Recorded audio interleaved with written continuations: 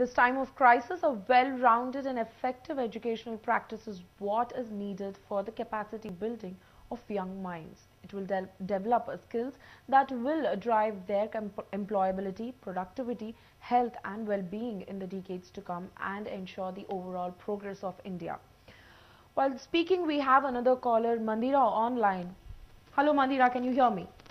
Yes, Hanisha. Yeah. So I have a query as we are talking about the technology Yeah. that have a clear safety policy. So is the technology designed for responsible use and to prevent addiction?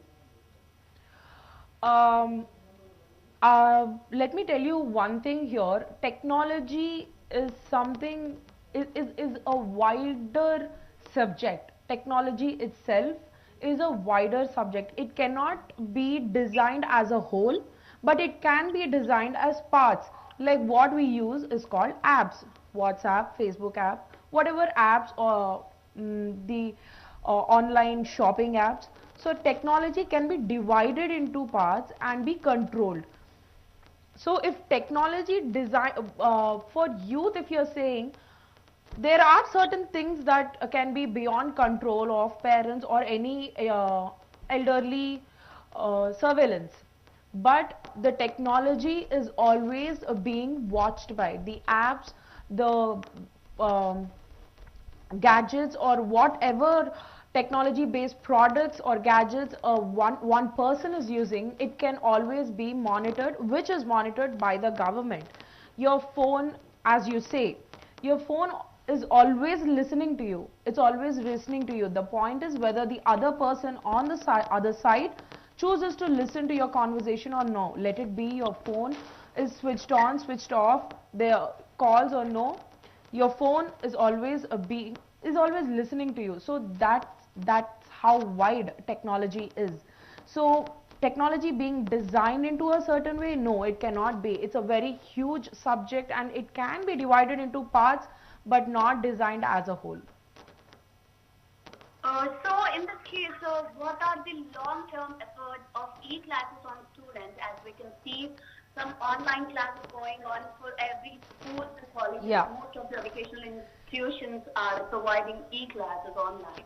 Yeah, so that exactly where our drive comes into point, where we, as we spoke to many educational institutions, what we got to know is um, e-training develops a very serious situation in children's psychiatric brain. Psychologically, it's very terrifying, as I can say, because children are used to going to educational institutions, say suppose schools or colleges or universities.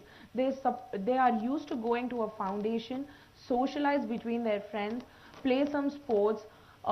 There's a physical contact of teaching if they have any queries in them.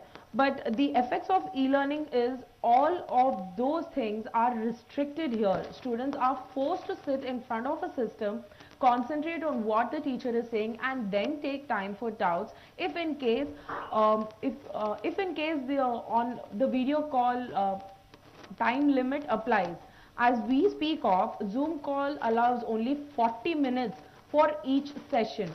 So if a teacher is taking one class for 1 hour, a period is a 1 hour in school or in college. For a student, online training, online teaching, it's only 40 minutes. So whatever the teacher is teaching for 1 hour must be adjusted in 40 minutes.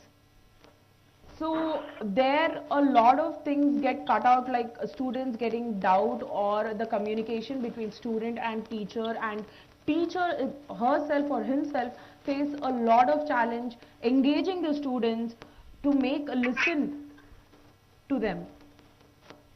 So these are some of the major things that can be affect if e-learning continues in a very long term. So we can see in this pandemic, like recently Unlock 1 has been released in the country. In this, like most of the stores, everything getting open for a particular period of time. So when does one expect the school to be open? Well, right now, Mandira, as I can, we cannot guarantee that because most of the educational institutions are expecting something or the other to come out by this month 20th. They are expecting some government norms to be released as to how educational institutions should work once they reopen. Also, as you said, Unlock 1, when they released Unlock 1 rules, they've also said that after consulting all the educational institutions, they are going to talk about whether to release or not students going to schools or universities in July first week. So until then, we cannot predict anything. As long as we cannot predict anything, but we can always be prepared.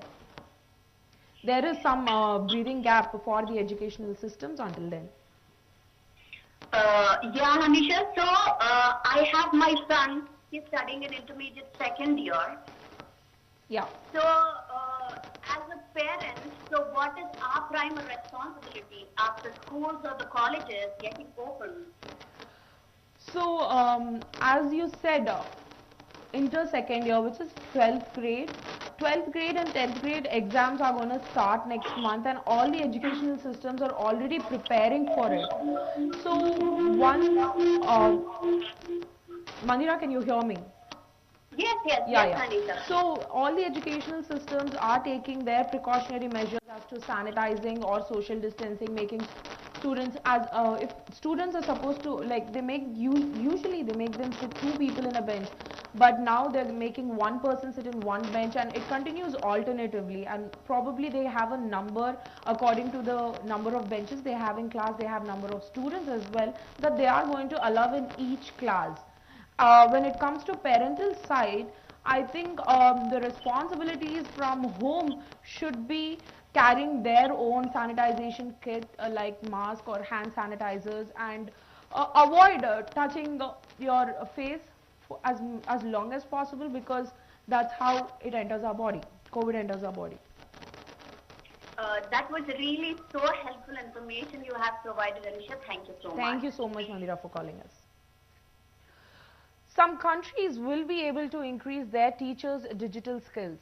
Radio and TV stations will recognize their key role in supporting national education goals and hopefully improve the quality of their programming, understanding their immense social responsibility. Parents will be more involved in their children's education process, and ministers of education will have much clearer understanding of the gaps and challenges. Like in connectivity, hardware, integration of digital tools, in the curriculum, teachers' readiness that is existing in using technology effectively and act upon it. All of this can strengthen the future education system in a country. Well,